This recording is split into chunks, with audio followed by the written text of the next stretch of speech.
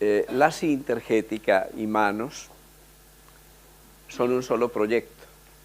Es un proyecto en movimiento que tiene que ver con la medicina, con la ciencia, con la conciencia, con la humanidad. No es un proyecto alternativo, no es un proyecto paralelo. Está íntimamente entretejido a todo lo que es la medicina convencional, a todo lo que es la ciencia oficial, pero también está íntimamente vinculado al conocimiento de todos los sistemas médicos del mundo, los sistemas de las medicinas tradicionales. Tanto en Sintergética como en Manos, tratamos de encontrar la complementariedad. No es nada contra nada, no tiene un espíritu de separación.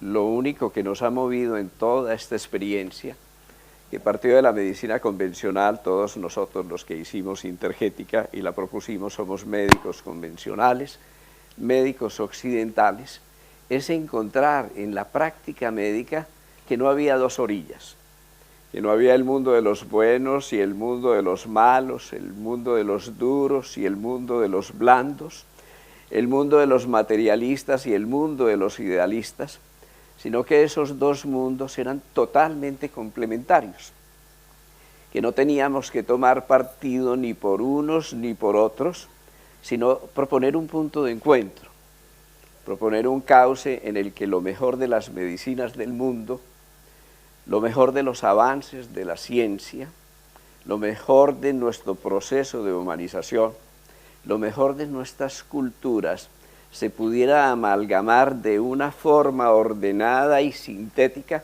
que correspondiera al anhelo de esta época, es decir, que corresponda a la necesidad del hombre de hoy, que no es la misma necesidad del hombre de hace 5000 años o del hombre de hace 50 años.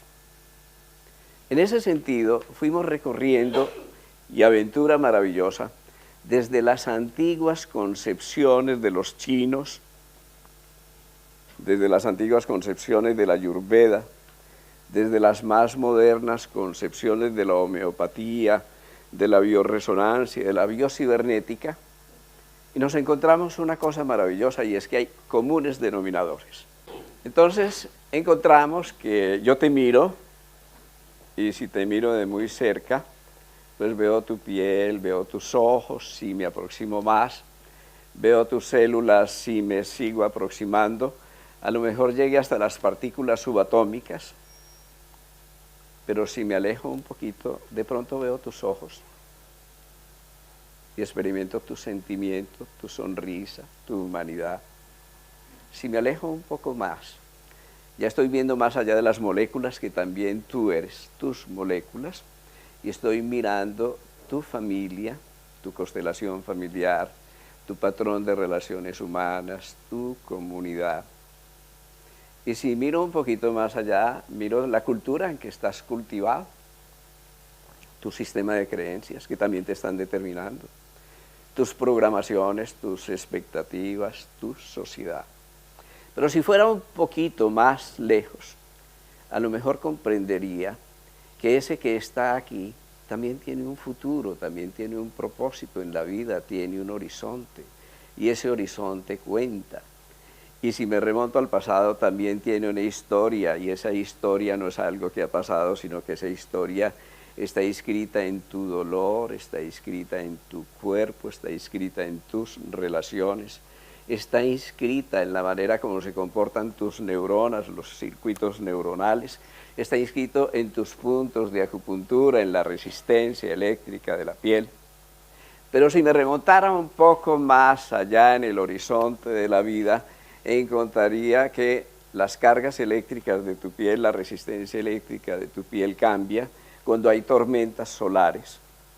Y se volviera a través de esa aventura que es maravillosa, la aventura de ser humano, a penetrar al mundo de las moléculas y escudriñara en tu ADN, en esa fantástica antena espiral de la conciencia que está incluida en cada una de tus células, me encontraría que ese ADN es una antena que cuando cogemos el ADN de cada una de las células 2 metros y vamos juntando y expandiendo, llegamos a 10.000 millones de kilómetros, pero 10.000 millones de kilómetros es aproximadamente el diámetro del sistema solar, y desde el punto de vista físico tendría que decir que tú no estás aquí en tu cuerpo. Claro que estás en tu cuerpo, pero tu cuerpo es un instrumento de resonancia. Tú no terminas en tu piel, tú no terminas en tus moléculas. Tú no eres un fósil molecular, que también estás hecho de moléculas, y felizmente gracias a ese prodigioso ordenamiento de las moléculas estás aquí, gracias a su vibración tienes vida, pero ese es tu punto de partida, ahí no terminas. Y ese punto de partida implica que tú estás en resonancia, estás en comunicación. Vivimos en comunicación, pero no solo tú. Cada una de las moléculas, cada uno de los átomos puede ser descrito hoy desde el punto de vista de la física, no como una partícula, no como una sustancia, sino como un patrón de relación. Todo este universo es en relación. Un átomo se define en relación con otro. Si no hubiera otros átomos no podríamos hablar de un átomo. Y una molécula se define en relación con otros. Y cuando las moléculas dialogan en patrones ordenantes, tenemos tejidos, y los tejidos forman órganos, y los órganos sistemas, y los sistemas organismos, y los organismos, como el organismo humano, forman comunidades y forman sociedades, y encontramos que todo este patrón de relación va hasta el infinito. De tal manera que tenemos relaciones a nivel molecular, tenemos relaciones porque los electrones se mueven a nivel energético, tenemos relaciones por cuanto tenemos un lenguaje que codifica información desde el punto de vista cibernético, o de la información. Tenemos relaciones aunque no nos comunicáramos externamente, porque tu compañía me afecta positiva o negativamente. Un nombre cambia la fisiología de otro ser humano simplemente por su proximidad.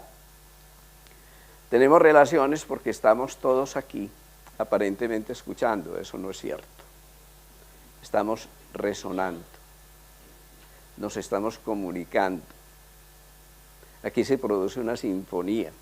Y si penetráramos al interior del cerebro, ahora veríamos conciertos neuronales en todos nosotros, las células en comunicación. Las neuronas no se quedan debajo de la bóveda craneana.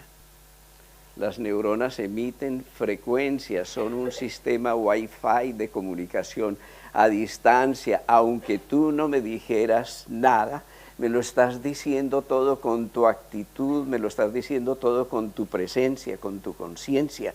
Tu presencia puede ser sanadora, puede ser ordenante o puede ser desordenante. Yo produzco un campo, tú produces un campo, todos nuestros campos se unifican, forman un campo unificado. Nosotros aquí estamos construyendo no una esfera de mi mente, más tu mente, más la otra mente, eso es de mente. Estamos construyendo una mente colectiva cuando estamos juntos. Estamos entrando en un mundo que es como una especie de pensosfera, de noosfera. Hay algo que a nosotros nos integra, y ese algo que nos integra es una atmósfera mental. También vivimos no solo en nuestras moléculas, sino en nuestra atmósfera mental. Y esa atmósfera mental en ocasiones llueve, en ocasiones está tormentosa. Y esas tormentas afectan la tierra de nuestro cuerpo, y la antena del ADN, y la manera como se expresan nuestros genes. Pero también vivimos en una atmósfera emocional. Se nos había olvidado en medicina. Se nos había olvidado en la vida. Somos muy desarrollados intelectualmente, mentalmente, es cierto. Pero eso frecuentemente lo acompañamos de un gravísimo analfabetismo emocional. Y ese analfabetismo emocional está gravitando de tal manera en nuestro cuerpo, en nuestra experiencia como médicos hoy, es que buena parte de nuestras enfermedades tienen un componente emocional muy, muy importante. que no podemos desconocer. Es que buena parte de nuestras enfermedades se originan en disturbios emocionales, pero esos disturbios emocionales se precipitan sobre el cuerpo, se precipitan sobre nuestros órganos, se precipitan sobre una red de inteligencia maravillosa que ha recorrido toda la gran cadena de la vida, que es la red de la inteligencia mente-cuerpo, la red de neuropéptidos y neurotransmisores, moléculas muy inteligentes que están dentro de nosotros. También las moléculas son códigos de inteligencia.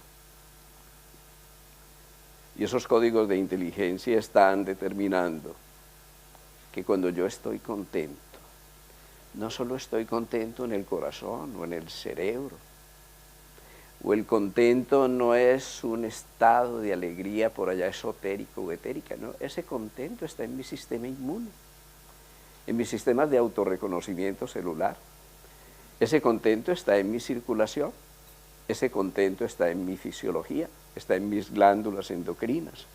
Y ese contento se puede transferir a través de códigos que podemos llamar la dopamina o la oxitocina. El nombre es lo de menos, porque siempre hay una traducción molecular y dopamina y oxitocina van a tener receptores, pero los receptores no están solo en el cerebro, sino que están en el sistema vascular, en el sistema inmune, en todas las glándulas endocrinas. Es decir, que cuando yo estoy contento con toda la vida, con todo el cuerpo.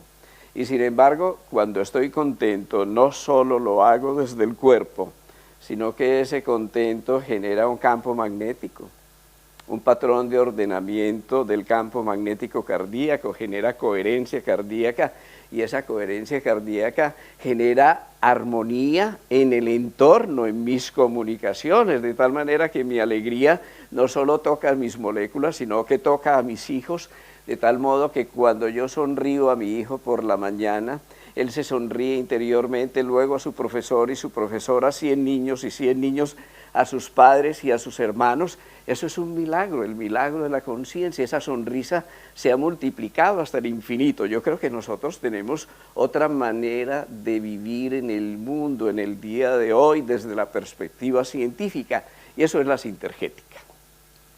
La sintergética es una propuesta de síntesis que nos dice es perfectamente conciliar la ciencia con la conciencia. Es perfectamente posible conciliar la materia y aquello que podemos llamar el espíritu. Es perfectamente posible buscar en esta era posmoderna un punto de síntesis que implique que la neurología no se puede separar de la psicología. Eso ya lo descubrió la medicina y lo llama psiconeurología. Pero después descubre la psicología no se puede separar de la inmunología, y entonces lo llama la neuropsicoinmunología. ¡Qué maravilla! Es que es más de lo mismo. Descubre que los linfocitos T, que son las claves del sistema inmunológico, las claves de los sistemas de autorreconocimiento y de la inmunidad celular, se pueden llamar neuronas ambulantes, porque tienen los mismos receptores de las hormonas, porque tienen los mismos receptores de las glándulas endocrinas, porque responden a tu tristeza, porque responden a tus expectativas, a tu angustia, a tu dolor, a tu optimismo o a tu pesimismo, están viendo, ¿sí?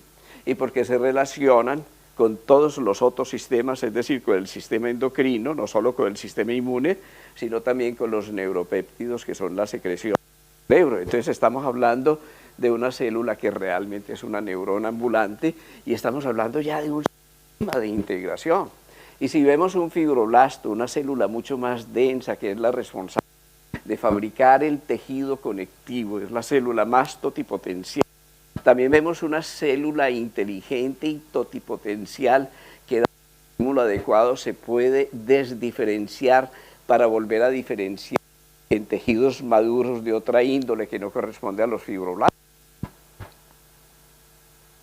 Y si miramos los músculos, también células inteligentes, que la neurona es una célula muy especializada, la de los músculos especializado, el miocito en movimiento, y los fibroblastos se especializan en la matriz celular, en el tejido de soporte. Todas ellas son distintas unidades de inteligencia, totalmente interrelacionadas. Cuando se tuerce la columna vertebral, no se tuercen los huesos, cambia el tono muscular, pero cuando cambia el tono muscular y es mayor de un lado que el de otro, entonces lo que nosotros tenemos es que ha cambiado el tono neural, el tono de los nervios, pero los nervios y la corriente eléctrica que da tonicidad a los nervios viene desde las neuronas, desde el sistema nervioso central, pero las zánganas de las neuronas no solitas, sino que están respondiendo a tus relaciones, a tus emociones, a tus sentimientos. Y entonces yo veo tu columna torcida, un problema mecánico, claro que es un problema mecánico, pero detrás del problema mecánico está el problema de los músculos, detrás del problema de los músculos está el problema de los nervios, detrás del problema de los nervios, posiblemente, ahora sí, posiblemente detrás del problema de los nervios es el problema de tu relación, tus emociones que están inscritas en el seno de tu cuerpo.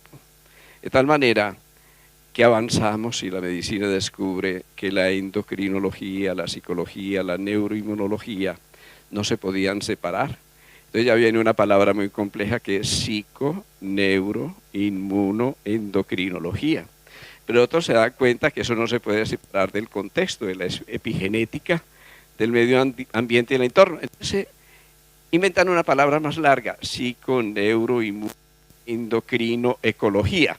Bueno, pero entonces eso se vuelve una cosa terrible de entender, porque ese se llama Juan, Juana, Luis, Pedro, es un ser humano, donde las cosas no están separadas, donde todo dialoga con todo lo otro, donde cada partecita de nosotros hace parte de la totalidad, eso, la totalidad, donde el microcosmos se relaciona con el macrocosmos, donde cada una de las células, por eso es posible la clonación, tiene el programa de la totalidad del organismo, donde la experiencia de la individualidad es de tal dimensión que no podemos hablar ahora de un proyecto psíquico parecido al del otro.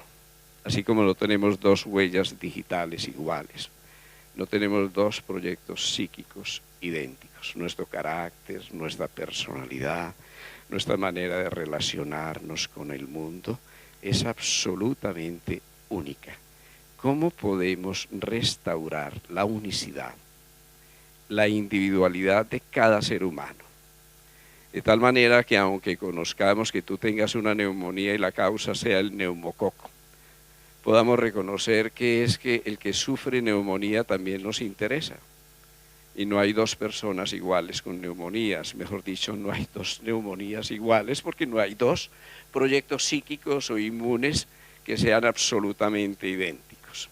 Es posible que el terreno que condicione la aparición de la neumonía en ti sea un problema digestivo o un problema del colon, como lo saben muy bien los acupuntores.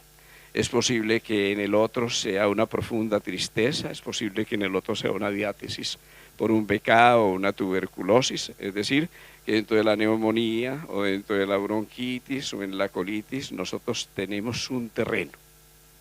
Y ahora vemos cómo la sintergética tratamos de abordar, primero, la medicina de las noxas, los agentes externos que nos pueden enfermar, que sea el neumococo o el estreptococo o una radiación electromagnética o un virus, no me importa. Pero también la medicina del terreno, la medicina del sujeto, a quién le duele, quién tiene la infección, a quién le está pasando lo que le pasa. Y además aparece una cosa muy importante, el cómo, porque lo importante no es si estás vivo o no estás vivo, lo importante es cómo vives. Lo importante no es cuánto duras, lo importante es la calidad de la vida mientras estás en el seno de tu cuerpo. Lo importante no es lo que pasa, se murió tu mamá, pero claro, tu mamá era la madre de 8 hijos, uno entró en una depresión profunda y la vida se le fue por el agujero negro de la muerte de su madre, y los otros 8 que tienen un genoma parecido, que son hijos de la misma madre y la misma cultura, están ahí. ¿Cuál es la diferencia en esa reactividad? Así que aquí nos estamos encontrando con la medicina del sujeto, y es bien importante. Una ciencia sin sujeto no tiene objeto. Y yo termino esta primera partecita de introducción a lo que es el espíritu de la sintergética, revelando su correlación con la física cuántica. Esto está muy discutido por los mismos físicos cuánticos y todos los científicos de hoy, y su correlación con el misterio del observador. ¿Sí? Lo importante en términos de humanidad es dónde está el observador, y reconocer que la postura del observador está definiendo en cada momento el mundo que observamos. Es decir, el observador, todos lo sabemos, determina lo observado, ya lo decíamos. Si yo te veo de muy cerquita, veo tu materia, veo tu lunar, veo tus defectos. Si me alejo un poquito más, veo tu cuerpo.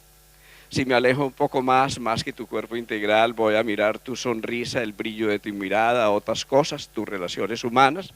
Así que depende de la postura que yo asuma.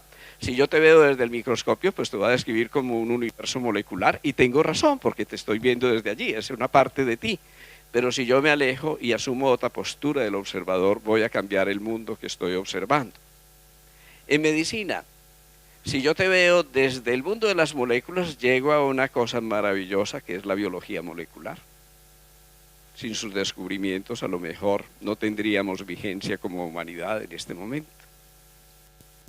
Pero si yo te veo desde el mundo de la energía y la circulación de la energía, si te veo desde el yin y el yang, las diferencias de polaridad en tu seno, voy a describir una realidad energética. Pero si me alejo un poquito más, que lo está haciendo también la ciencia, y te veo desde el biocampo, tú ves que tú tienes un campo electromagnético que va más allá de tu cuerpo. Esto no es ningún invento esotérico, fue descrito en la Universidad de Yale desde los años 1940, desde esa década, por un gran investigador, Harold Saxton Burr. Él demuestra que los seres vivos producen un campo electromagnético, un campo energético vital, un campo L, como él lo llamó, que va a más de 3 metros de distancia de los cuerpos físicos. Y si lo vemos desde la perspectiva de la ciencia moderna, nos encontramos la neurocardiología. La neurocardiología se describe como el campo magnético cardíaco va a una distancia de unos 5 metros del cuerpo físico.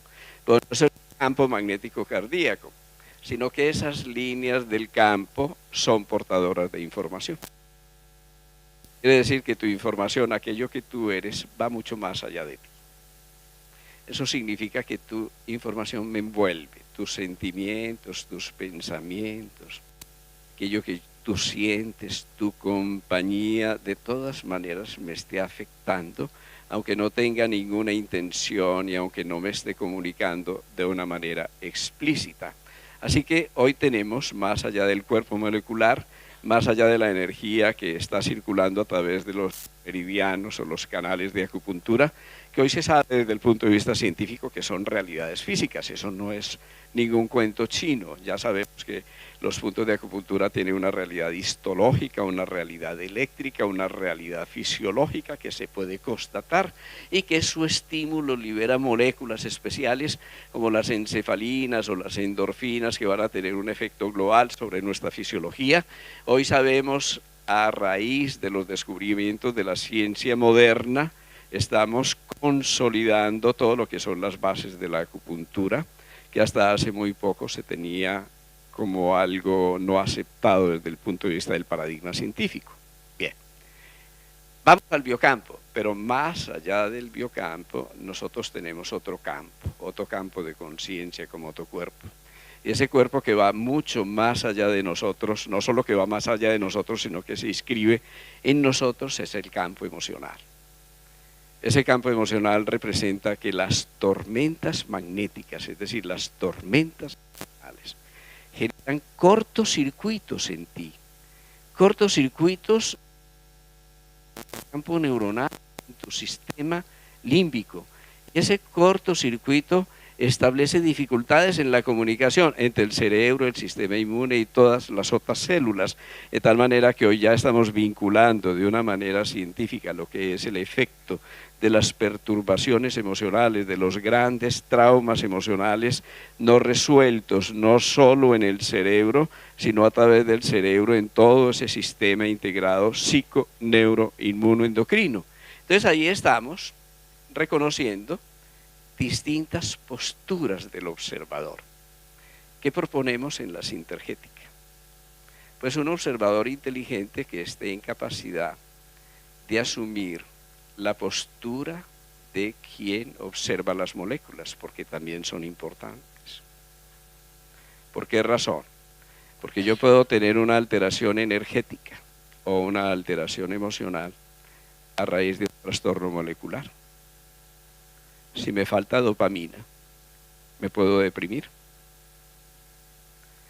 Pero si tengo relación con un evento que me desvalorice, también puedo afectar la dopamina. Digamos que eso es una vía de doble canal, ¿sí? Si me falta serotonina, a lo mejor estoy inapetente. Pero si me falta motivación y alegría en la vida, a lo mejor cae la serotonina y voy a hacer inapetencia.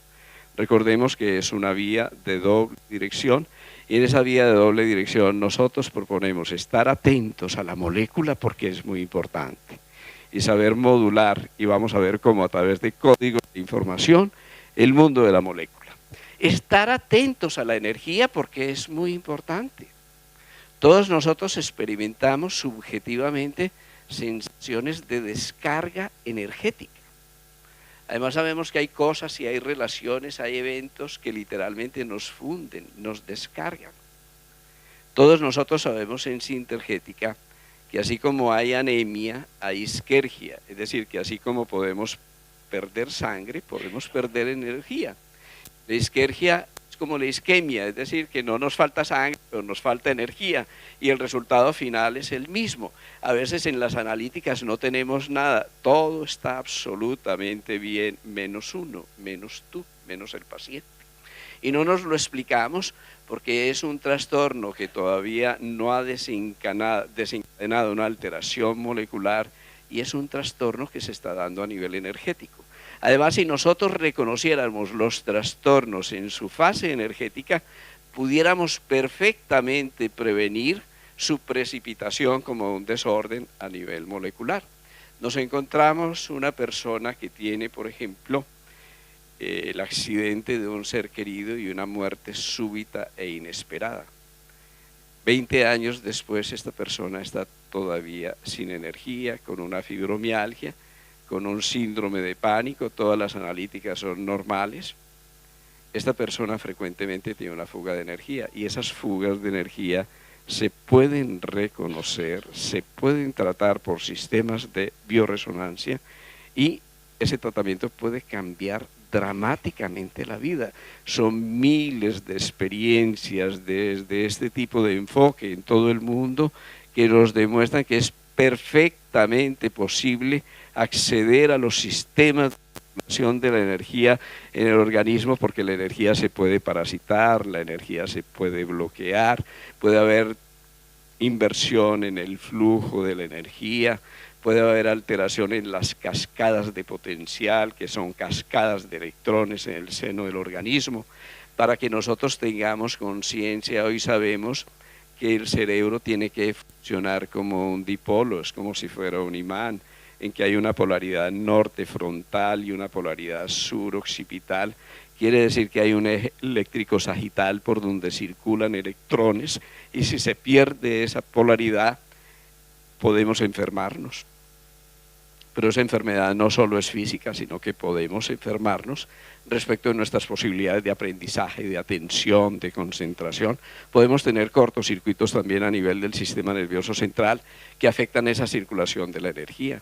A alguien le hacen una cirugía, la cirugía va muy bien, todo va muy bien, pero a partir de la cirugía se queda totalmente depletado de energía.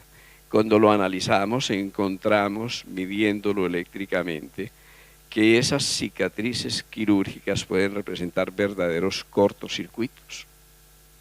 ¿Y por qué? porque una cicatriz puede aumentar miles de ohmios. Si lo normal fueran unos 5 o 6 kiloohmios, puede aumentar hasta 20 kiloohmios. La resistencia eléctrica de la piel es directamente un trastorno de flujo de electrones. Sabemos también hoy, por la terapia neural, que es otra de las cosas que se incorpora en sus conocimientos en la sintergética, sabemos también hoy que cuando hay un sistema crónicamente enfermo, en las infecciones crónicas, en las amigdalitis crónicas, el origen frecuentemente está en una despolarización de las membranas celulares. La célula es una batería y cuando se pierde la carga de la batería, la diferencia de potencial entre el núcleo y el citoplasma, nosotros tenemos que ese tejido se enferma. Y si logramos remontar, volver a restaurar la carga de la batería, ese tejido puede resistir las infecciones. Así que ahí tenemos el resultado de lo que es esta visión desde el punto de vista energético. Pero cuando lo vemos desde otros puntos de vista mucho más sutiles, nos encontramos que a nivel emocional, esa depresión, esa angustia, ese miedo, se pudo quedar congelado en tu cuerpo, en un hemisferio o en el otro hemisferio cerebral, y genera una dislateralidad, una dificultad de la comunicación interior. Nos encontramos que ese trabajo de parto que fue muy difícil con el forceps, aunque no hubiera habido una hipoxia neonatal cuando hubo mucho sufrimiento en el momento del nacimiento, y esto es muy frecuente, podemos tener un campo interferente o un cortocircuito en el tallo cerebral, muy importante porque desde el tallo cerebral se está modulando la producción de buena parte de los neurotransmisores que van a regir nuestros estados de ánimo y nuestra vitalidad. Y es perfectamente posible encontrar por sistemas de bioresonancia, a través de manejo de señales del pulso, ese tipo de circuitos a nivel del tallo cerebral o ese tipo de desinterferencias, y garantizar con ello que hay un cambio dramático en la vida. Nos hemos encontrado gente que después de 40 años de dolor, de ver la vida oscura como a través de anteojos oscuros, de no contemplar el horizonte de la vida, de pronto al quitar ese cortocircuito, al hacer esa desinterferencia en el tallo cerebral, renacen, vuelven a vivir, vuelven a tener sentido de vivir. Y eso es perfectamente posible, ya no solo desde el paradigma químico, sino desde un paradigma biofísico. Cómo podemos utilizar la luz, el color, el sonido, la bioinformación para poder modular y generar ese campo de conexión entre el mundo de las moléculas y el mundo de las emociones, el mundo de los pensamientos que también están inscritos en el seno del cuerpo. Vamos entonces a resumir todo esto diciendo: el mínimo común denominador de todas estas cosas, el mínimo común denominador que nos explica el mundo de la materia y el mundo de las moléculas, cómo se relaciona con el mundo de la energía, cómo estos dos mundos, materia y energía, que ya los describía Einstein, son interconvertibles, cómo se relaciona con el mundo de la información. Y cómo el mundo de la información se relaciona con el mundo de la conciencia, porque estamos insinuando ese mundo maravilloso que es el de la conciencia y que los incluye a todos. Cómo todos ellos se pueden correlacionar. Para encontrar esa correlación, recurrimos a una estrategia, que es una estrategia fundamental, tanto en manos como la sintergética. Y esa estrategia es la teoría general de sistemas, es la aproximación sistémica. Dentro de esa aproximación sistémica nos encontramos una biología sistémica. Y la biología sistémica tiene una definición muy especial de la vida, que es nuestro punto de partida. Nos preguntamos qué es la vida. A veces nosotros terminamos medicina y pasamos muchos años como médicos. Todavía no nos hemos preguntado qué es la vida. Decimos trabajar con la vida, pero no nos hemos preguntado qué es la vida. Y obviamente si no nos hemos preguntado qué es la vida, no sabemos tampoco qué es la muerte. No nos hemos preguntado qué es la salud. Bueno, a veces la definimos como un estado de perfecto bienestar físico, emocional, mental, espiritual. Eso no existe. Esa es la muerte, ¿sí? Eso no es un estado. La salud es un proceso. Cada uno de nosotros cuando nacimos, ya tenemos algunas enfermedades genéticamente programadas y nos toca más de una seguramente. Cuando se hace el estudio en los Estados Unidos sobre los enfermos crónicos, se encuentra con una cosa, resulta que hay más enfermedades crónicas que habitantes en Estados Unidos, más enfermos crónicos que habitantes. Claro, porque nos toca más de uno. Entonces no podemos decir que la salud es lo contrario a la enfermedad. Tenemos que decir que salud y enfermedad son procesos interrelacionados, que frecuentemente están en equilibrio y que la enfermedad no es una catástrofe como la habíamos concebido. Entonces, vamos a regresar a la vida. ¿Y qué es la vida? ¿Qué nos dicen los biólogos sistémicos? Las escuelas de biología modernas más aceptadas en el mundo respecto de la concepción de la vida. Que la vida es un patrón de organización de información. ¿Cómo así? Si yo creí que la vida era el cuerpo, que la vida era una emergencia de las moléculas y el ADN, que mis pensamientos, mis emociones y mi conciencia simplemente eran un efecto de neurotransmisores, de neuropéptidos, y de ciertas actividades neuronales o de los microtúbulos dentro de las neuronas. Pero vienen estos zánganos y nos dicen: la vida es un patrón de organización de información. Entonces me digo, ¿y dónde está el cuerpo? Y enseguida responde. ¿Qué interactúa? Y aquí viene la palabra fundamental. La vida es interacción, es relación. ¿Qué interactúa con una estructura muy especial? Una estructura disipativa, a la que llamamos el cuerpo. Claro, y uno se pone a estudiar, ¿y qué es una estructura disipativa? A ver, una estructura disipativa, el ejemplo más corriente es el de una nube. Porque una nube tiene una estructura, pero se disipa al minuto siguiente, ya no está, coalesce, forma otras nubes. Bueno, eso es el cuerpo. El cuerpo está en un proceso de cambio permanente. El cuerpo es un edificio milagroso del que todos los ladrillos se los cambian y su memoria y su patrón de organización permanece. Ninguno de los átomos que ustedes tienen en su cuerpo está aquí hace 3 años. Sin embargo, los aquí sentados se llaman fulano de tal, tienen la misma memoria, a lo mejor las mismas enfermedades, pero ya ninguno de los átomos está. Entonces la memoria estaba en el átomo, la conciencia estaba en el átomo. ¿Cómo es eso posible? No es en el átomo.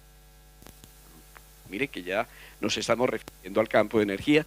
Y todas las investigaciones en neurofisiología moderna demuestran que la pérdida de la memoria no depende de la cantidad de sustancia cerebral que se pierde, porque la memoria es un tema holográfico, y holográfico significa que es total, que está en cada una de las neuronas, en cada parte del cerebro, no está simplemente localizada en una parte del cerebro, aunque hay algunas partes más especiales como el hipocampo. Muy bien, entonces regresamos a nuestra definición y vamos a ser más radicales todavía. Desde el punto de vista de la física moderna, desde el punto de vista de Ilya Prigogine, un premio Nobel que estudió las estructuras caóticas, el caos es muy importante para nosotros, porque el caos no era lo que pensábamos. Bueno, el caos eres tú, soy yo, este es un universo de caos. Yo digo, el mundo se describe como un océano de caos con unos cuantos islotes emergentes de orden. Ese es el mundo. Podemos definir en ese sentido el caos como la matriz del orden, el lugar desde donde se está pariendo el orden, y el caos, que lo estudiamos en el seno de la sintergética, tiene propiedades que son muy importantes. Claro, tú tienes una enfermedad y en esa enfermedad estás en caos, pero ese caos es una oportunidad para emerger a un nivel superior de tu conciencia. Es un proceso, y vamos a ver en qué consiste ese proceso, el proceso de la enfermedad, porque podemos aguantárnosla, podemos sufrirla, podemos resistirla, podemos atacarla, pero además de todo eso, lo más importante, podemos emerger a un nuevo nivel de la conciencia, utilizando la enfermedad como lo que realmente puede ser si somos lo que somos, que somos aprendices. Eso es lo que somos.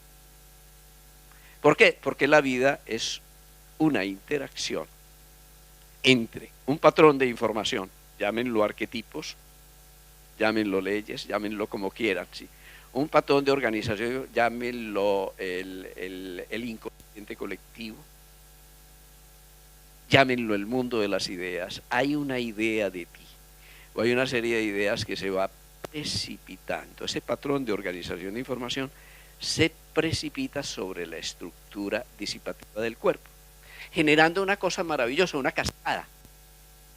Y esa cascada de la información que se va convirtiendo en energía y de la energía que se va convirtiendo en materia y en moléculas, es una cascada jerárquica, está caracterizada por el orden, no es una cascada rígida, es totalmente dinámica, y en esa cascada hay una proyección hasta el mundo de las moléculas, y terminamos nuestra definición diciendo que entonces la vida es un proceso de aprendizaje que se da por una interacción entre un patrón de organización de información sutil, llamémoslo a eso la onda, y una estructura disipativa, llamémoslo a eso la partícula. Desde el punto de vista cuántico, es la misma dualidad onda-partícula que se está dando dentro de ti, y sus interacciones generan un proceso que podemos llamar un proceso de aprendizaje. Entonces, ¿qué es el ser humano cuando está vivo? No quiere decir cuando está vivo no es cuando respira, no, cuando como seres humanos estamos vivos.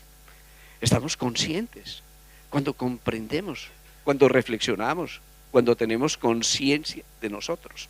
¿Qué es entonces el ser humano? Es un aprendiz. Eso es una maravilla. Es un aprendiz. Todos nosotros somos aprendices. Estamos vivos en la medida en que aprendemos. Sanar es aprender. Curar es enseñar, nada más. Aprender a enseñar, he ahí el dipolo maravilloso de la autogestión de la salud. Tenemos un potencial enorme para sanarnos, tenemos todo el programa de la salud dentro de nosotros, todo el poder que hemos tenido para enfermarnos, porque a veces como víctimas decimos, ¿por qué a mí? Porque esto me pasó a mí, pero frecuentemente no nos hemos visto como artesanos a través de nuestros estilos de vida y nuestras formas disarmónicas de relacionarnos con el mundo. No nos hemos visto creando nuestras enfermedades, también somos creadores de enfermedad, pero con el mismo potencial que podemos crear la enfermedad desde ese mismo potencial, nosotros somos creadores de salud. No implica que no nos vamos a morir o que no nos va a dar cáncer, somos humanos. Implica el cómo lo vamos a vivir, porque lo podemos vivir como víctimas o como aprendices. Y cuando un médico le ayuda al paciente a entender en la lección y el sentido de la enfermedad cambia, es decir, la forma en que se vive la enfermedad cambia. Y frecuentemente el maestro se va. Yo siempre pongo la pregunta, si la enfermedad es un maestro muy exigente y yo me aprendo la lección, ¿qué puede ocurrir? Pues que se va el maestro, ya no lo necesito. Pues a lo mejor la vida me mande un maestro más exigente, no importa, porque la vida es un proceso de aprendizaje permanente. Es a eso a lo que nosotros vinimos a aprender. Y obviamente las primeras lecciones, que el sarampión, que las anginas, todo eso, son lecciones que van a llegar a nuestro sistema inmunológico. Nuestro sistema inmunológico va a aprender las primeras frustraciones, pues nuestros campos de adaptación a nivel emocional, nuestro carácter y nuestra personalidad también se va a templar. La vida nos va mandando agentes que nos van templando, que se llamen papá o la mamá o la pérdida o el conflicto. Simplemente ese es el cincel del joyero que está tallando tu diamante para que revele fortaleza interior. Digamos que la vida nos quita lo que nos sobra frecuentemente para revelar que nada nos falta. Bien, yo termino entonces esta introducción. Ya saben entonces que la sintergética es algo que yo no sé definir, ¿sí? Es un proceso, es un método, es un modo de reencantar la vida. Es una aventura a través de la cual, de un modo sistémico, nosotros proponemos la integración de todas aquellas cosas que habíamos dividido. Es una aventura a través de la cual nosotros como médicos reconocemos la magia de la especialidad. Eso es una maravilla, la especialidad. pero proponemos la desespecialidad. Qué bueno que partamos de la especialidad y volvamos a juntar todo aquello que habíamos dividido. Tú no eres un ojo, tú no eres una retina, tú no eres el hígado, el ojo, la retina, el meridiano de hígado, la visión y tu resentimiento están conectados, obviamente están totalmente integrados. Y si solamente yo te veo el fondo del ojo, pues me pierdo el fondo de ti mismo, que es ese ser único y misterioso que habita dentro de ti y que es el aprendiz, el alma, la esencia que vive en ti. Esa es a lo que me refiero, porque esa es la esencia sanadora que está dentro de ti, la que podemos catalizar, la que podemos despertar. ¿Por qué esto tiene sentido? Vamos a verlo desde tres perspectivas. Ellas son las perspectivas de la ciencia. Primero, la neuroplasticidad. Tenemos que estrenar el cerebro también en medicina. No tocamos el cerebro de la gente, no resonamos con él.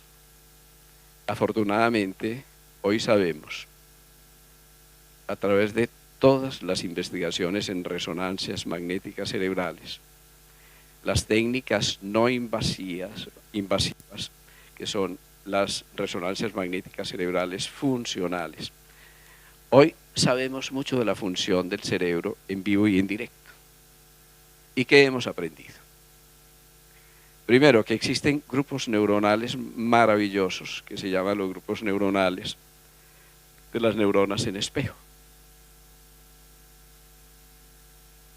Quiere decir que cuando a ti te duele, a mí me duele.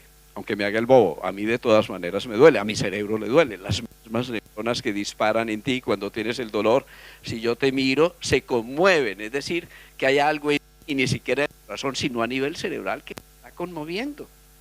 Y si tú te ríes, hay algo que en mí se ríe. Eso es la empatía y la simpatía y la cordialidad y toda esa clave de las relaciones humanas. Y si yo te miro, mi cerebro se da cuenta si estás triste, si estás agresivo, si tienes o no tienes energía, e inmediatamente mi cerebro está modulando las estrategias neuronales para relacionarse correctamente. Y si tú necesitas comunicarte y yo no te puedo hablar, yo me estoy comunicando contigo a través de mis pensamientos, porque cada vez que yo pienso, genero un movimiento interno. Y ese movimiento interno es muy especial, porque si yo pienso que voy a mover la mano, simplemente el pensamiento de mover la mano genera ya un potencial neuronal de prestamiento. Antes de que yo mueva la mano, ya ha cambiado los potenciales eléctricos de mi cerebro, de las neuronas que mueven la mano. Quiere decir que yo ya la estoy moviendo adentro antes de moverla afuera. Y si yo tengo intenciones de comer, inmediatamente todas las neuronas que el hipotálamo y los núcleos relacionados se relacionan con el apetito y la comida, bueno, ya empiezo a salivar simplemente con pensar en la comida. Eso es apenas un pensamiento, pero eso está desencadenando toda una fisiología. Aquí tenemos entonces el misterio de la neuroplasticidad, pero vamos a llevarlo un poquito más allá. Si a mí me duele el brazo derecho que me amputaron y tengo un dolor del miembro fantasma, me duele, claro. ¿Y qué me duele? El brazo que no tengo, pero me duele. Y me duele más que si lo tuviera. Y además, si voy a salir del coche y dejo el brazo adentro, el brazo que no tengo lo dejo adentro y tiro la puerta, pues me duele peor que si tuviera la mano, que si me lo hubiera machacado ahí al cerrar bruscamente la puerta. Es decir, ese dolor existe. Pero sí, como se hace en neurociencia, se toma un espejo grande y se pone ese espejo delante del otro brazo, al otro lado. Y se le dice al paciente que mire en el espejo el movimiento. El cerebro que ve el movimiento aprende, y esto es muy importante, que el brazo se puede mover sin dolor y el dolor del otro lado se quita. Estamos engañando al cerebro.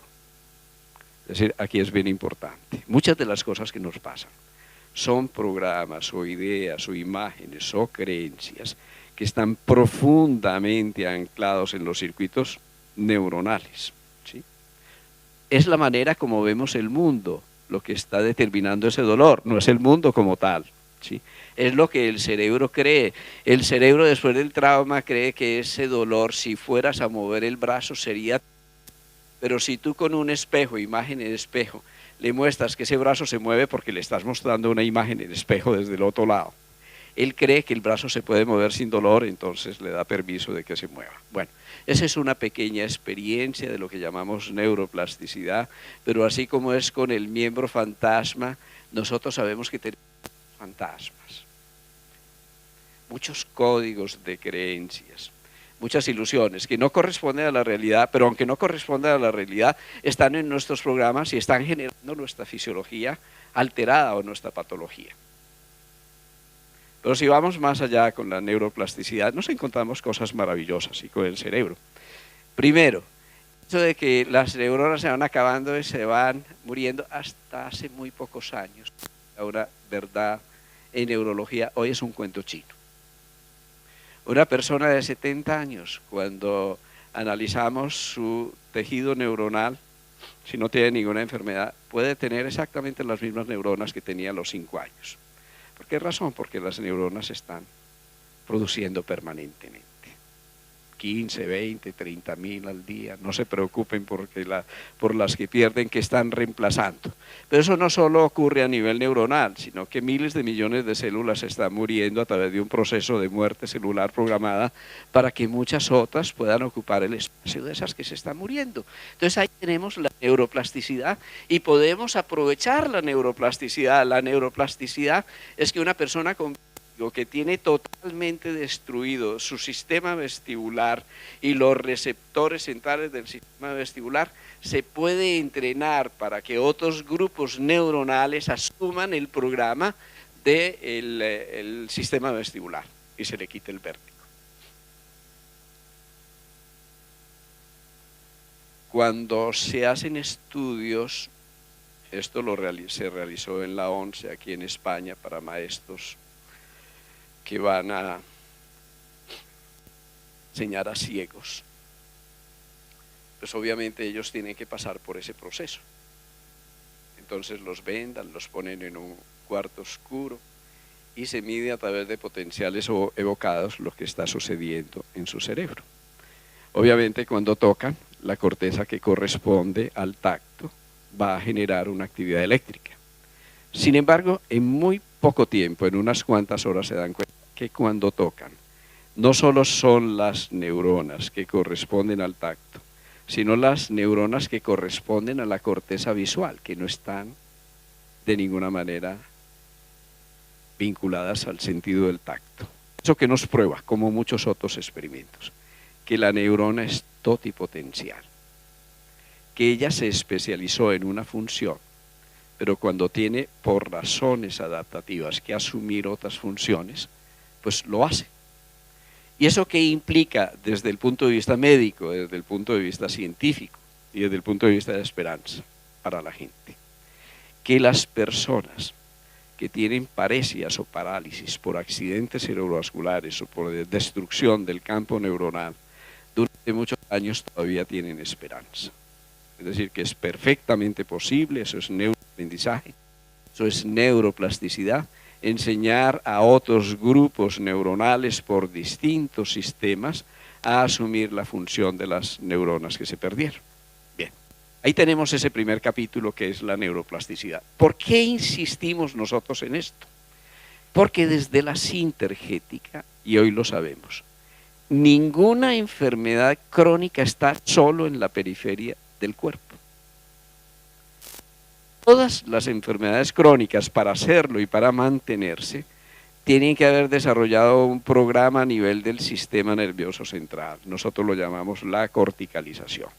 De tal manera que si yo trato la artritis, pero sé que la artritis no solo es un problema articular, y conozco que la artritis no solo es un problema inmune o endocrino, que también puede ser inmunoneuroendocrino, y si conozco que está involucrado el cerebro y algunos circuitos específicos a nivel cerebral, pues obviamente con mi sistema de señales voy a recorrer no solo tus articulaciones, sino que voy a recorrer aquellos campos en el sistema nervioso que corresponden a la artritis.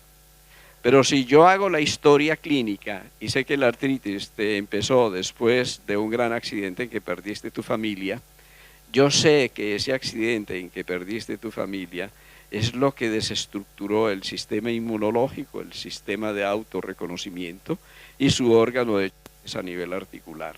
Pero si yo sé que esa artritis ocurrió después de una salmonelosis, por ejemplo, o una shigellosis o de una enfermedad por Escherichia coli, entonces yo sé que las endotoxinas de esas bacterias muy posiblemente tienen que ver con los movimientos del sistema inmune de la artritis. Mire, es la misma artritis, duele mucho, pero en un caso nosotros tenemos un gran trauma emocional y en otro caso simplemente podemos tener una infección. Así que es el asunto de individualizar nuestro enfoque terapéutico, y en este asunto es muy importante la participación del sistema nervioso central.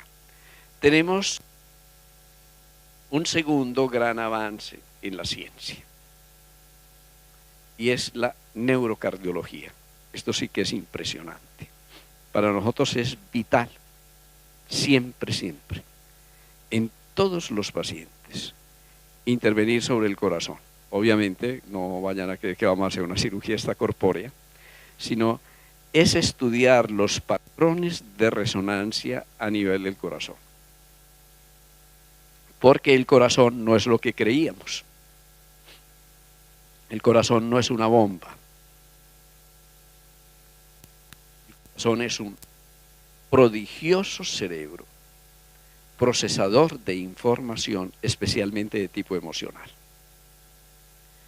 Todas las emociones cambian la actividad eléctrica de tu corazón, alteran el grado de coherencia cardíaca. Yo no me detengo aquí porque es un concepto técnico, pero cuando hay armonía en el plano emocional, cuando hay alegría, cuando hay un sentimiento de estar dentro de tu piel, de estar contento, contenido dentro de ti mismo, cuando estás satisfecho con la vida, cuando experimentas un verdadero sentimiento de amor que te sale desde adentro, inmediatamente cambia el electrocardiograma, hay coherencia cardíaca.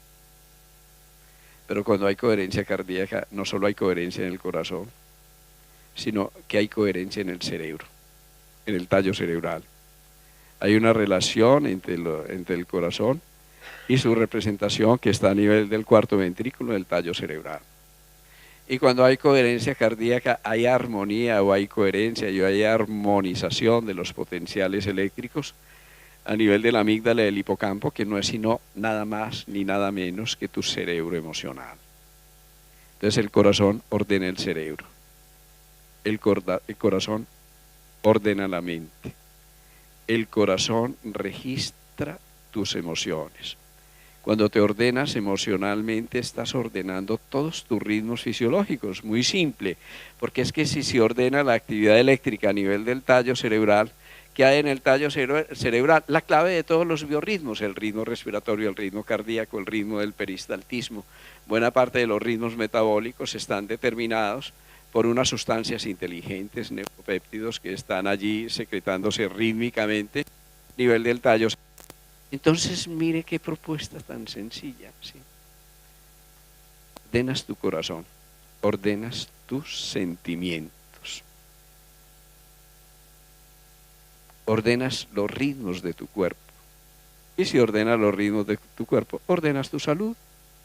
Eso es neurocardiología. No vayan a creer que ese es un misterio sintergético, no, es una ciencia emergente, maravillosa. Ustedes van a encontrar como en muchos institutos en el mundo está siendo aplicada, porque tiene muchísimas aplicaciones prácticas, por ejemplo en el manejo del dolor, y vamos a ver cómo ese es el punto de partida de las manos, porque lo que llevamos a través de las manos es lo que proyectamos desde nuestro corazón.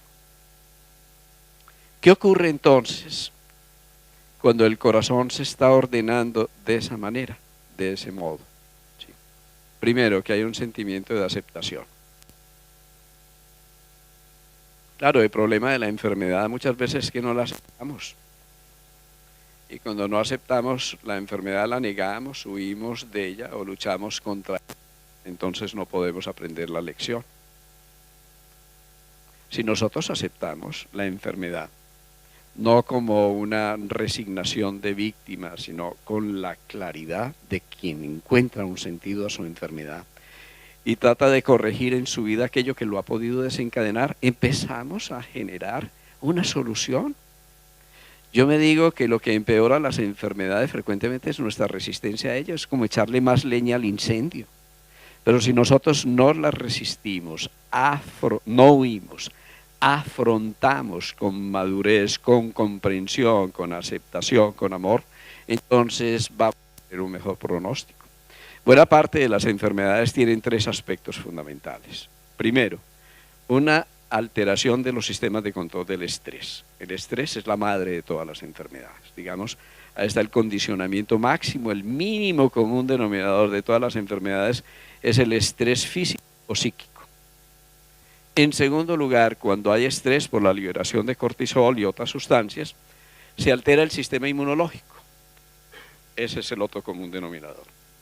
Y en tercer lugar, cuando se altera el sistema inmunológico, hay fenómenos inflamatorios. Entonces, ahí tenemos las tres matrices mayores de todo tipo de enfermedades crónicas: estrés, alteración inmune y alteración inflamatoria. Y el estrés tiene relación con la resistencia, con la falta de aceptación. ¿Y cuál es el problema básico en nuestra vida? La aceptación.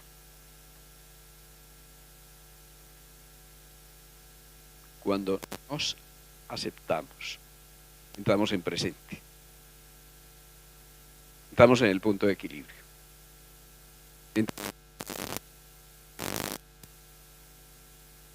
Cuando nos aceptamos sin ninguna condición, nos podemos reconocer. Pero ese sobre nuestros sistemas de estrés, dando toda esa respuesta, el incendio del eje del hipotálamo, la hipófisis, la suprarrenal que mueven esos sistemas de estrés. Cuando nos reconocemos, nos autorreconocemos y le estamos dando una señal a los sistemas de autorreconocimiento que tienen que ver con la inmunidad y tienen que ver con los problemas inmunes. Son problemas de autorreconocimiento y esos problemas de autorreconocimiento no solo son internos, sino que frecuentemente son internos. Muchas enfermedades es el rechazo de una parte de nosotros mismos que no estamos aceptando. Así que, en segundo lugar, el autorreconocimiento. Y cuando tenemos esas cosas, aceptación, autorreconocimiento, podemos hacer algo que se ha tratado como si fuera una cosa esotérica o sutil o romántica, pero que es una profunda realidad, y es el amor. El amor es un medicamento, el más prodigioso de los medicamentos. Hay una energía maravillosa que es la de sentirse querido. Cuando uno se siente querido, está nutriendo todo su sistema inmunológico, lo está armonizando. Cuando uno se siente querido, está logrando coherencia cardíaca y está armonizando todos nuestros ritmos. La principal carencia humana es la carencia de amor. Cuando a un niño recién nacido le falta el oxígeno, eso es muy grave, todos lo sabemos. Pero cuando le falta amor es igualmente grave. ¿Sí? La carencia de amor estoy hablando de lo biológico, tan grave desde la perspectiva biológica como la falta del oxígeno. El amor es el combustible de la vida, el oxígeno de la vida. ¿Sí? Pero claro, no es cuánto quieres a los otros, sino cuánto te amas, porque no se le puede pedir peras al olmo. ¿Sí? Tú no puedes dar migajas ni puedes dar de lo que no tienes. Lo primero es que te perdones. El error fue un maestro, el fracaso un prodigioso maestro, si tú eres aprendiz. Que te aceptes, que dejes pasar el pasado, que tengas paz en tu corazón, que descubras tu presente, que descubras la fuerza de tu presencia, la de tu esencia, la de tu ser. Que seas tu amigo, porque frecuentemente eres un tirano contigo, desde el debería ser y la autoexigencia. Entras en un grado de estrés, podrías estar en Hawái en vacaciones, pero donde no vas, que no vayas contigo, ¿sí? Y vas contigo, pero tú eres muchos aspectos de ti mismo que estás rechazando. Tu sombra es la mejor oportunidad para que reconozcas tu luz. Si no aceptas tu sombra, nunca vas a reconocer tu luz. Tu sombra hace parte de tu aprendizaje. Si la puedes abrazar con cariño y con ternura, te vas a dar cuenta que esos aspectos negados de ti mismo son lo mejor de ti, lo mejor de tu energía. Si los dejas sumergidos debajo del diafragma, en el inconsciente de los impulsos y debajo del plexo solar, pues ahí se van a volver gastritis o colitis o úlceras o colelitiasis, ¿sí? O ira o cólera o resentimiento, pero si pueden ascender al corazón, se van a convertir en lo mejor de ti. El temor es maravilloso, ¿sí? El temor se convierte en prudencia cuando nosotros lo miramos y lo miramos con amor, con aceptación. Yo acepto mi temor, porque el temor es un gran maestro que me enseña la lección de la prudencia y si no va a caer en la crisis de pánico o en el terror. Yo acepto mi ira es sagrada, claro. Mi ira es una búsqueda de la justicia. Es normal que todo lo que sea injusto, todo lo que nos saque del lugar que nos corresponde, sea seguido por un movimiento de ira. Pues si yo dejo la ira acumulada, se vuelve resentimiento, y el resentimiento amargura, y la amargura problemas hepatobiliares, y ya todo lo que sabemos, ¿sí?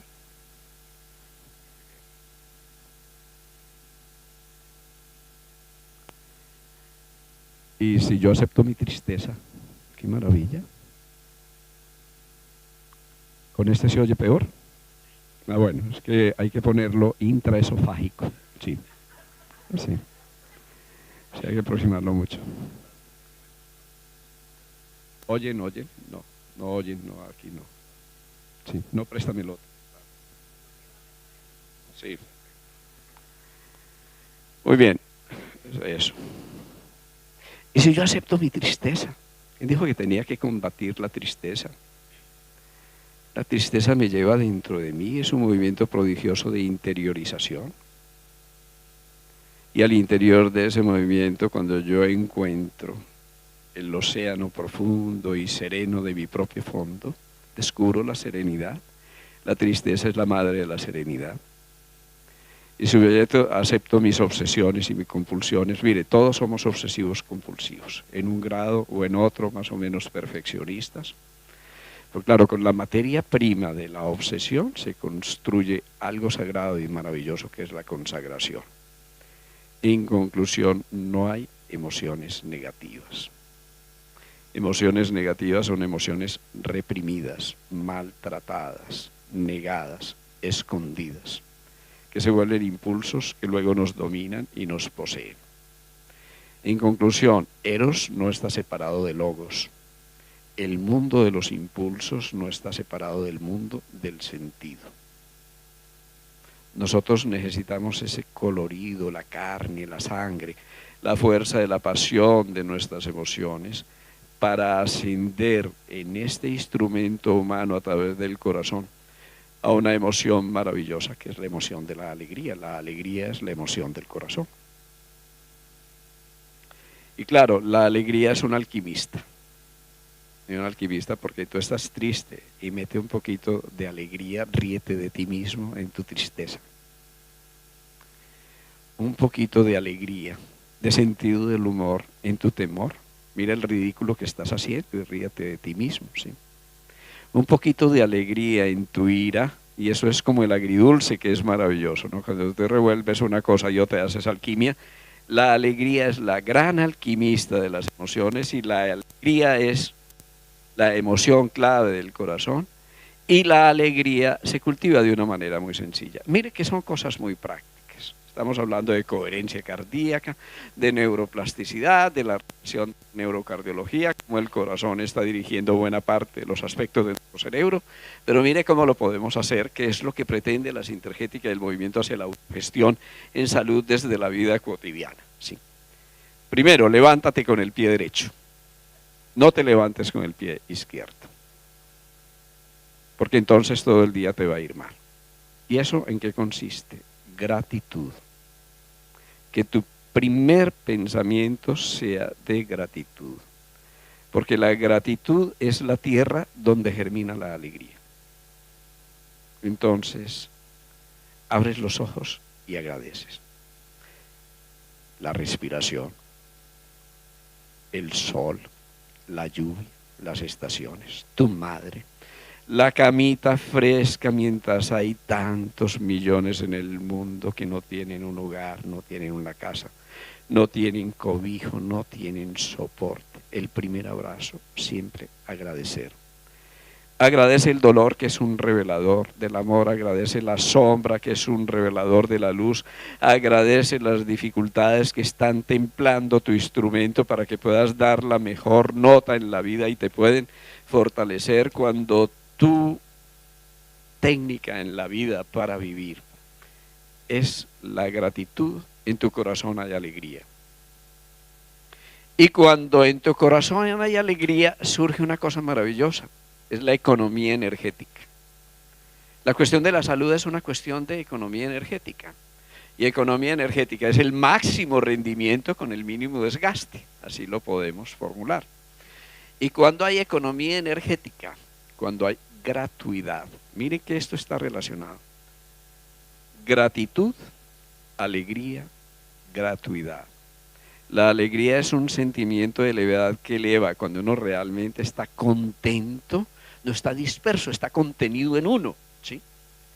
Y entonces tiene un regocijo. A mí esa palabra me encanta. Yo siempre he pensado, ¿cómo será el gozo? El gozo es una cosa maravillosa. ¿Cómo es un gocijo? ¿Y cómo será un regocijo? Ajá. Claro. Entonces, vivir en el regocijo, en el contento, en la alegría, pero eso no se nos da por añadidura, eso no es maná que cae del cielo, esa es una cosa que se cultiva todos los días a través de la gratitud.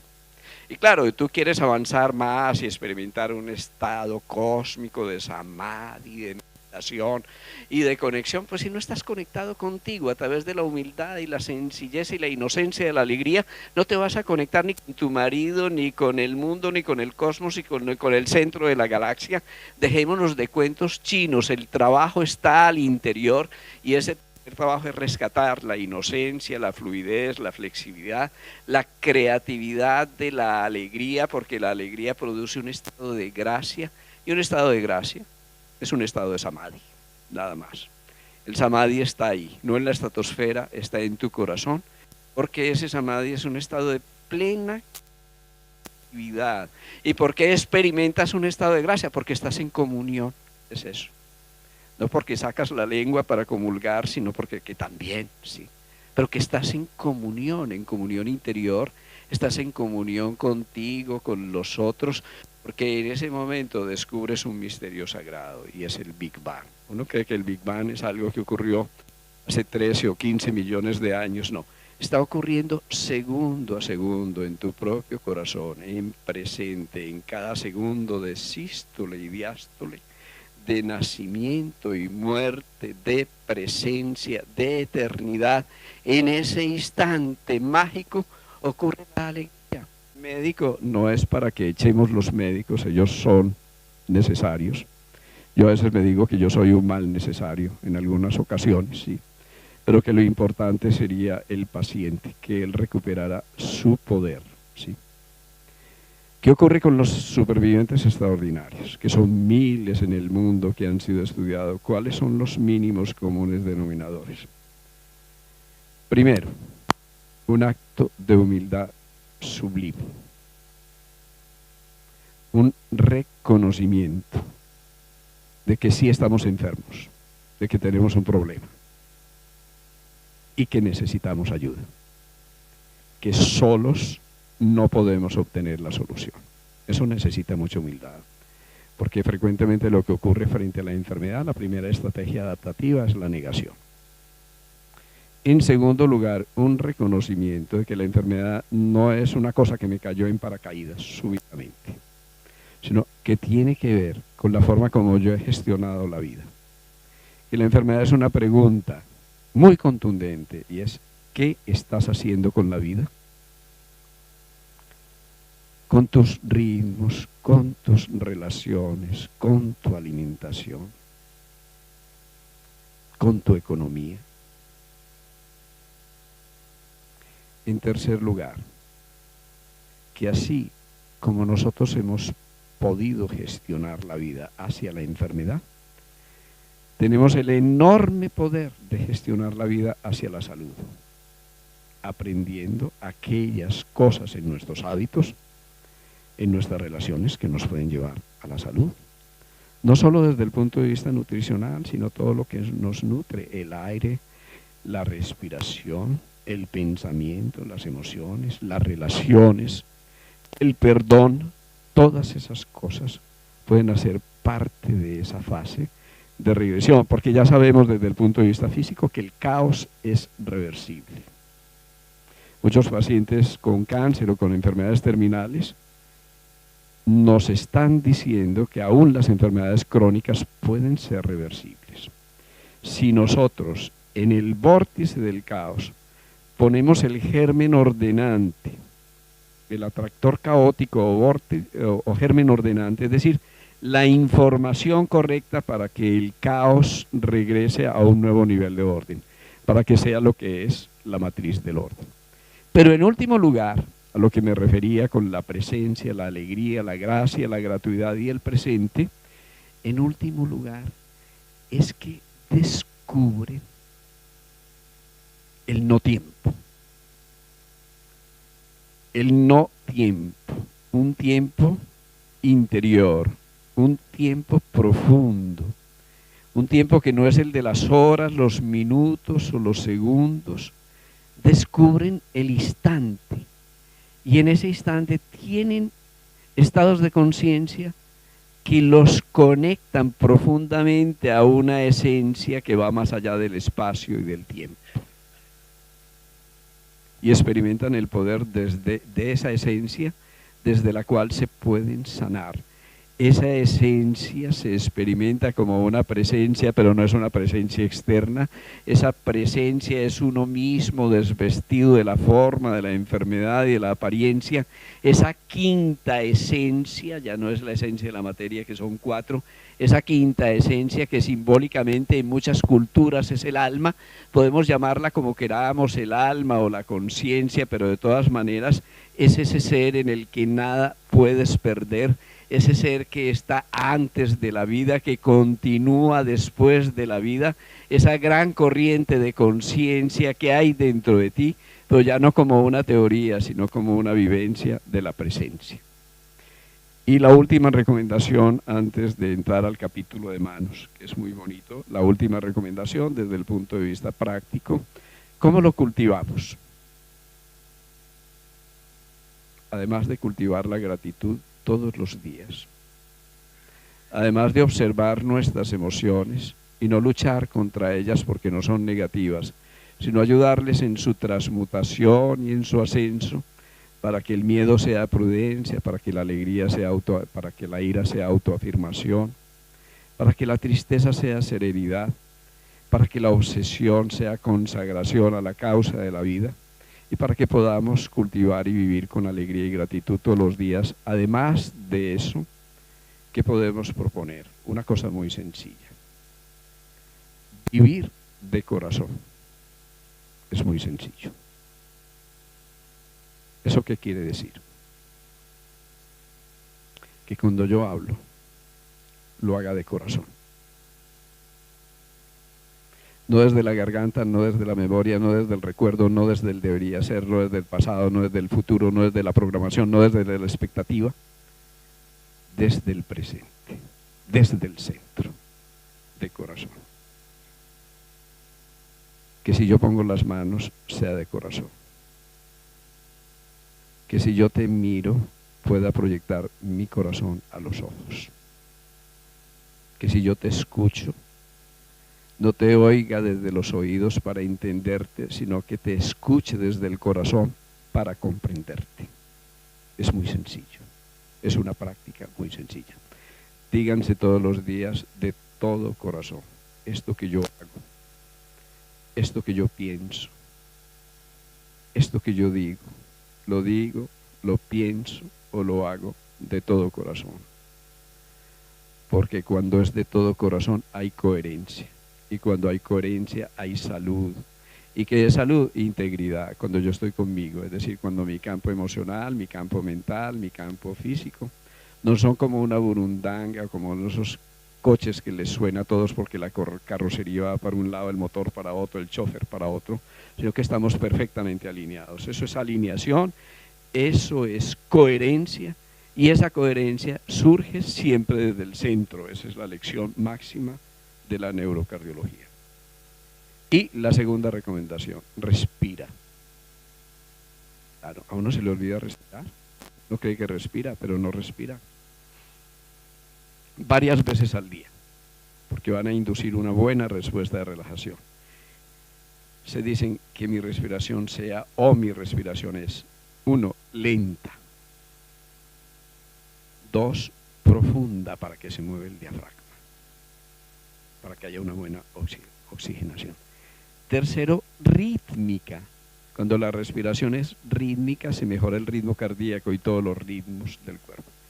Y 4, lo más importante de todo, pausada. Que haya pausa. Porque donde hay pausa hay ritmo, y donde hay pausa y ritmo nosotros tenemos paz. Y por último, que cuando tú respires, puedas respirar tus sentimientos. Los sentimientos se respiran. Lleva los sentimientos a tu corazón. Respira tu dolor, llévalo a tu corazón. Respira las dificultades en tu relación, llévalo a tu corazón.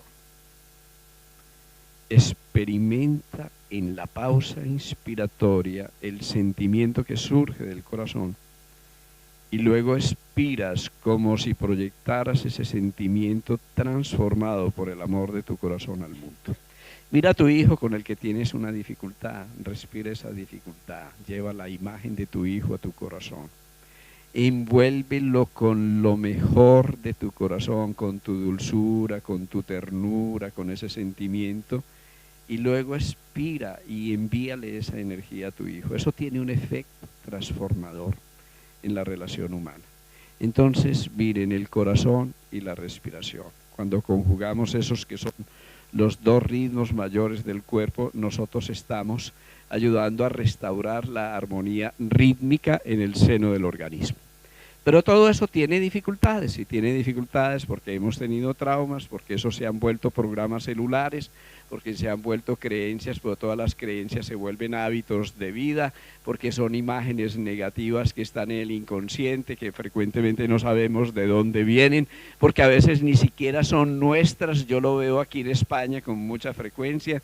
Hay familias enteras que sufrieron mucho en la guerra, el abuelo fue fusilado, estuvo en prisión, y viene una gran cadena de dolor que se expande a través de la familia y que llega hasta mí, que estoy deprimido y estoy triste, no sé desde dónde viene eso. Pues bien, todos esos engramas se pueden reconocer, y vamos a verlo ahora a través de manos, cómo realmente nos podemos ayudar nosotros mismos a autogestionar nuestra salud, utilizando lo que tenemos más al alcance de nosotros, que son nuestras propias manos.